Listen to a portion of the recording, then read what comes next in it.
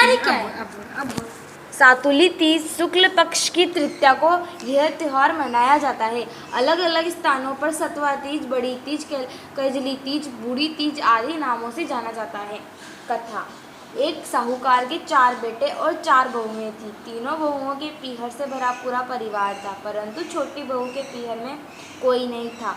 बड़ी तीज पर तीनों बहुओं के पीहर से सत्तू आया, लेकिन छोटी बहू का मन यह सोचकर उदास हो गया कि उसके लिए सत्तू कहाँ से आएगा। उसने अपने पति से कहा, मेरे लिए भी सत्तू लेकर आना, चाहे इसके लिए कुछ भी करना पड़े। पति ने सत्तू लाने का काफ़ी प्रयास किया, लेकिन सफलता नहीं मिली। जब वह शाम को घर लौटा और पत्नी का उदास चेहरा देखा तो उसे रात भर नींद नहीं आई। दूसरे दिन तीज थी। वह रात्रि के अंधेरे में घर से निकला और एक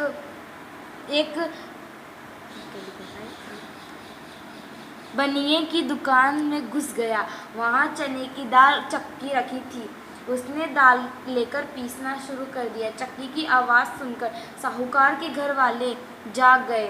उन्होंने उसे पकड़कर पूछा, यहाँ क्या कर रहे हो? लड़के ने जवाब दिया,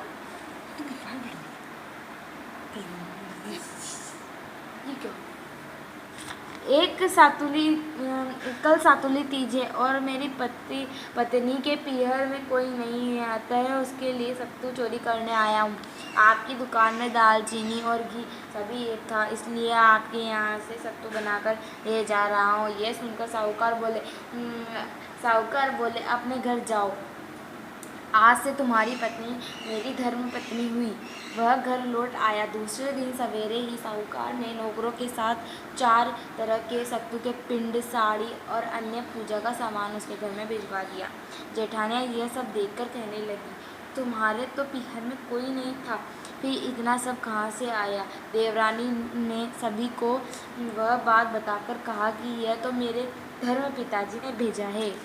फाड़ फिर दियो, बस समझ में ना